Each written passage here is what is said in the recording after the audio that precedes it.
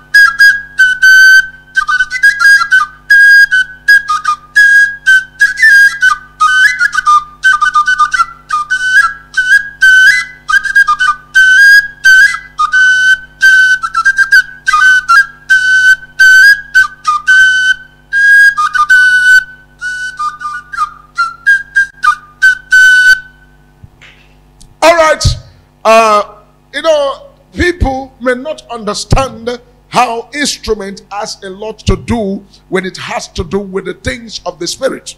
The time we are in is not a time of fancy or a time of grammar. The time we are in is a time to tell ourselves the truth. And the truth is something that people will say, oh, it's bitter. I don't want to be part. I don't want to hear. I don't want to follow. This is just nonsense. Stop saying nonsense. You have to follow what is happening, the trend of things. That you are somewhere, anywhere you are today, and you are not touched, the heat is not coming to you, does not mean that the heat is not somewhere. The heat is all over the place. Let everybody and every hand be on deck. Because this is like the battle of the ancient age, where people will be in their house and all of a sudden they are taken away. This is like the days of Noah, that Noah was busy telling the people to get ready because something is about to happen. And the people were saying to him, don't mind this man is nonsense. He's wasting our time. Don't listen to him. But the people all paid deaf ear. People that are supposed to stand like men. People that are supposed to be the ones to welcome their families in the boat. People that are supposed to be the ones to welcome their families in the ark of Noah. All of them were carried away. Little children that does not know anything, that's supposed to know and hear through their parents, we are confused. They were in the house because they are not yet grown. The elderly ones that were grown were busy playing politics. They were busy mocking. They were busy laughing at Noah. And Noah was sounding the news and said, people should quickly come, that the world is about to come to an end. And Noah was sounding the news and telling them, flood is coming to take over the place. And the people paid deaf ear. That was what consumed the people and their families. Had it been the people said, okay, little children, come and enter into the ark. My wife, my children, everybody enter into the ark. Then let us watch the event of things. Their children and their family would have been saved. So we are in a time that every child of God and every believer and whoever you are, wherever you are in the world, it is a time, that a high time, that we all must all put all hands on deck. Don't say it doesn't concern me. Don't say I am not from the north. Don't say I am not from the southeast. Don't say I'm not a Yoruba. Don't say I'm not a Hausa. Don't say I am this, I am that. Including even the Fulanis, the genuine ones among them, the people that are not involved in these things happening. They are also being consumed. Because you cannot tell me that in the Fulanis there are not of them that know the things that are bad and things that are good. There are so many of them. But look at it now, their names and everybody's name is rubbed to the mud. Because nobody is talking. Because nobody have stood to the challenge. Nobody have stood and said no to what we are seeing. As a prophet, I will not keep quiet. I will make sure that I preach the truth. Because I know the truth is bitter in the ears of those that hate the truth. But at the end of it all, the truth is what will set us free. That's why Jesus said, and you shall know the truth. And the truth you know will set you free. We are in a time that is not a time to sleep. People that are sleeping should wake up from their slumber. I said this thing yesterday. I said some people are sleeping in the Asher Rock right there, and they're waking them. Wake up! They are still sleeping. Stop sleeping in Asher Rock. Stop sleeping in the government house. Stop sleeping on the street. Stop sleeping in the post that is given to you. Stop sleeping in the position you find yourself. Stop sleeping, because the sleep is already out of the eyes. Is it not better we awake and get things fixed than to be sleeping and get consumed? This is not the will of God. This is not the original plan that God has for all of us. This is the orchestration of the devil and his cohorts. This is the work from the pit of hell, because the people that are in position have refused to sit together and do the right thing. And when they refuse to sit together and do the right thing, it will now become the issue of now people trying to play games and play politics with everything that they see. In the realm of the spirit, the Lord has opened my eyes, and God said, it is not time for people to sleep. Whoever is sleeping, every man that is sleeping now needs to be awake. If you're awake, if you cannot pray, you can be able to ask God questions. If you cannot ask questions, you can be able to shout. If you cannot shout, you can be able to speak. If you cannot speak, you can be able to wake other people. Let every other person be awake, because we are very close to a time that God must solve this problem once and for all. The problem must be solved by God. It is not the problem that man can solve. It is the will of God, 100% will of God, that must come to pass. Not the will of man, not my will, not the will of any other person, but the will of God. And that will of God is what will define our destiny. The will of God is what will define our future. The will of God is what will define what our tomorrow is going to look like. But if you are the type that hates the will of God, I'm sorry, because the will of God will surely come to pass and nothing can stop it. The will of God will always prevail in every circumstances, in every situation. The will of God is the ultimate that will definitely come to pass. Whether you are happy with it or you are not happy, whether you like it or you don't like it, whether you support it or you don't support it, the will of God will surely come to pass. Because in this place we are like people that are completely in a bondage, completely chained down, completely locked up, and completely forgotten and abandoned. But God in heaven has not forgotten us. And that is why God is shouting, and God is telling us these things, and God is opening our eyes and saying, let the people go, let the people of God go. Everyone that is a meaningful Nigerian in this country, everyone that is a lover of truth and a lover of goodness, God is surely going to set everybody free. And the light of God will shine even in darkness, and no darkness will stop the light of God from shining. You know, darkness will always want to prevail. Darkness is part of the things that the enemy uses to make sure they prevail or to hinder the light of God from shining. But Jesus said something. He said, the light must shine. The light of God must shine. And no matter what the devil do, the light of God will always prevail. I want to tell you, child of God, we are in a time that is not a time of people to fold their hands. If you have folded your hands before and you have said it doesn't matter, it doesn't concern me, I don't care to know, I don't want to know, brother, sister, care to know. It doesn't matter, brother, sister, let it matter to you. I'm not concerned. Whether you are not concerned or you are concerned, let you be concerned. Because even the people that you think they are the people on the top are not getting it easy. Because they are the people suffering most. You see, common people in the street, if you like, you say anything. If you like, don't say anything. But the people there, they are the most concerned, whether for good or for bad. Anything that happens is on their head, not on my head. Whatever is happening is not on my head, it's not on you. It's on the head of the people on the top there. That the opportunity and the privilege and the position and everybody has given them the baton, and they are with the baton and they refuse to do nothing. God is the one that will hold them responsible. So that is why I am singing the song and I am blowing the trumpet and making sure that everybody will hear this trumpet.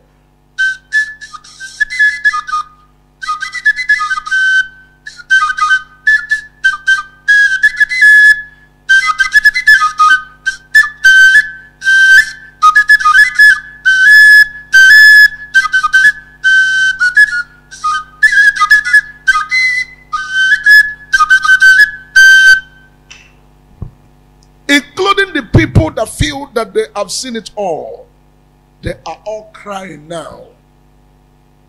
This message and this sounding of the prophetic message has been coming from the day one.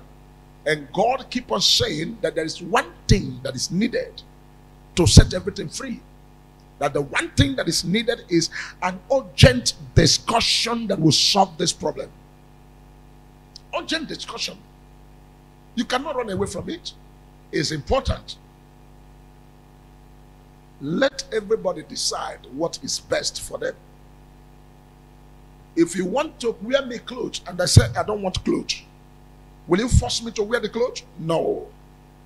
If you want to give me a shoe, a golden shoe, and I say I don't want golden shoe, will you force me to wear golden shoe? No.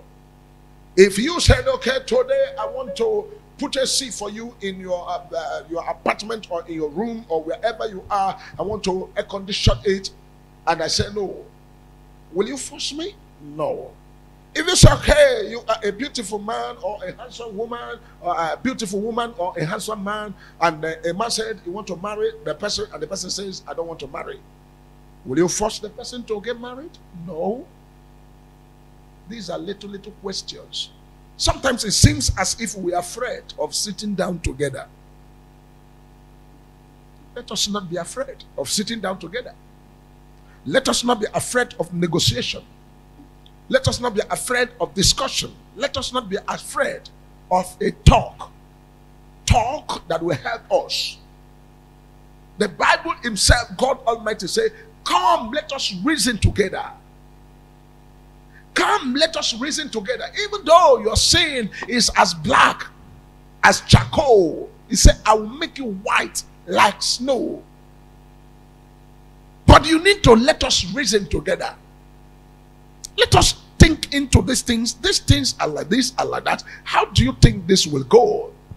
Let us reason together. Reasoning together will solve all this problem. And in reasoning together, whatever is said should be agreed. In reasoning together, whatever is discussed should be agreed, so that everybody can have peace. Whatever I know is best for me, I will do it for myself. Whatever is best for you, you do it for yourself. I think this is what they call democracy. Democracy is where people will now discuss their mind. Government of the people, by the people, and for the people. Not the government of the people, by other people, and for other people. It is government of the people, by the people, and for the people. Not government of the people, by other people, and for other people. That is what we are seeing here. Government of the people, by other people, and for other people. Can you imagine? It is supposed to be government of the people, for the people, and by the people.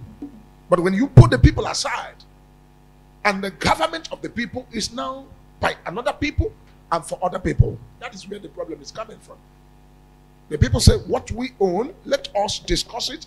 What we have, let us see it together and reason together. It's not a problem. You see, as a prophet of God, God has given us positions.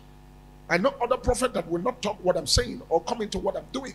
I'm doing what I'm doing because in the prophetic, God has also given me leadership. And he has made me to be a leader and also a prophet of the nations. And also a prophet that will follow things. You know, sometimes when we were talking about the American election and I was trying to prophesy things that is happening in America, some of them will say, oh, what about your country? Go and prophesy to your country. Go and speak to your country. And this is a very shameful thing. That a prophet will be in the nation and the things are going off hand because nobody is listening. In the land of Israel, when the Israelites were faced with a lot of enemies, the person that was in power said, let us consult the man of God. And they went straight away to the man of God and they called the man of God, and the man of God appeared, and all of a sudden they say, man of God, what shall we do? And the man of God began to give them revelation. The king said, is there no prophet that we may inquire of him? And they told him, there's a prophet that poured water in the hand of Elijah, which is Elisha. Is also a prophet of God that can prophesy things. And they welcomed and called for Elisha. And Elisha came straight away and began to give them the message of things things that will happen, where the enemy is coming from, what is going to happen, the right steps to take, and the things to do. And immediately the king hearkened to the voice of Elisha. And hearkening to the voice of Elisha was what saved and salvaged the people and set the people free.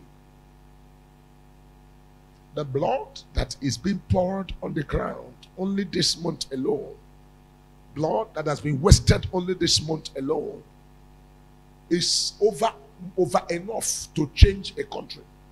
The people that died this month alone is over enough to be the people to correct things and be a blessing. And if we now fold our hands and say, oh, it doesn't matter, it doesn't concern me, doesn't this, is it when everywhere is on complete fire?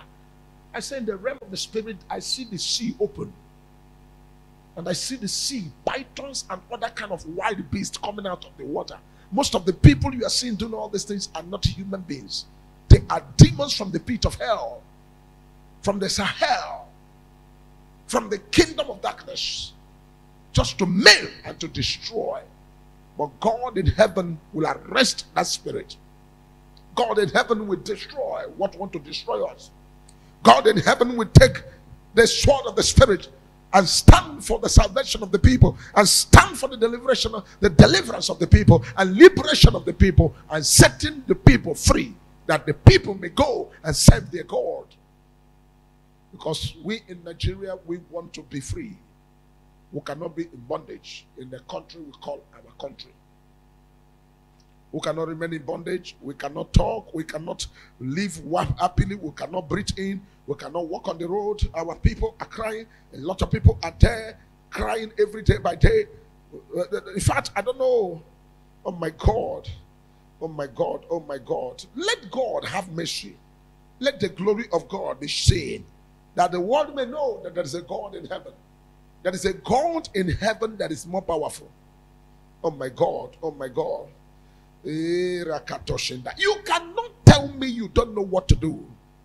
Sometimes I look at the people and say, what shall we do? What shall we do? You don't know what to do. Until you are cut off pin, then you know what to do. And tell me you don't know what to do. You know what to do. I know people that are hearing me very clear. They know, you know what to do. You are responsible to do the right thing that is needed by the people.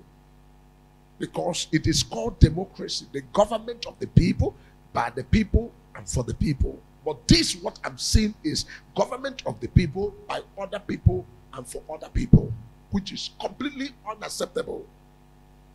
Completely unacceptable.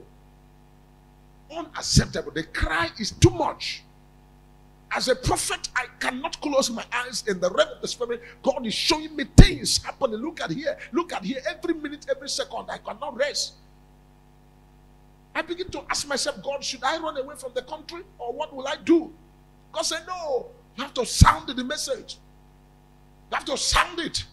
You have to let them know, so that the people that peradventure that oppose themselves can make a U-turn, so that the light of God may shine and the people of God may have peace.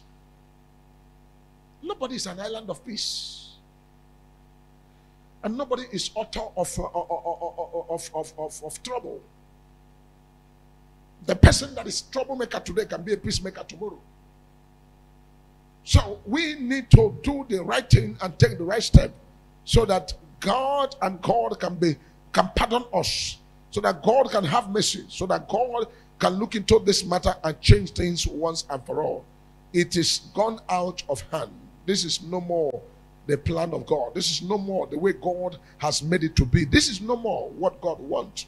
This is no more a thing of joy or of politics. This is completely wickedness. Wickedness must not continue. We must all stand on our feet to speak out and to take actions and steps that must change things. Hypocrisy, people of hypocrisy should remove hypocrisy. People of politics should remove politicking. People of tribalism should remove tribalism. People of I don't care, it doesn't concern me, should remove I don't care and it doesn't concern me. People that say, oh, it's not me, should quickly begin to see themselves that they are the one. Because when they are roasting the guinea fowl, I think the fowl at home or in the house should be able to see how guinea fowl are being roasted, so that when it will be its turn, he will remember, that was how guinea fowl was roasted. When we say, something is happening in my neighbor's house, we should also put ourselves in that very position and see, if it is my own house, how will I see it and how will I welcome it? If what is happening in my neighbor's house should happen in my house, how will I see it and how will I welcome it? When you ask this kind of questions, that is when you are definitely going to have an answer that will bring a change. The answer that will bring a change comes from when you ask yourself a question. What are the questions we are asking ourselves today? What are we really afraid of in this country? What are we really afraid of? What is it that we are afraid of? Are we afraid of the truth? Are we afraid of standing for the truth? Are we afraid of taking steps that will change our lives? What are we afraid of? That thing that we are afraid of is afraid of us. That thing we say, don't talk. Those things you don't want to talk are the things that the enemy is using to destroy everything. People that are given this opportunity, this thing is something that will speak forever. In 50 years to come, your name will be written that, so time, this is what you did, and this is what we did.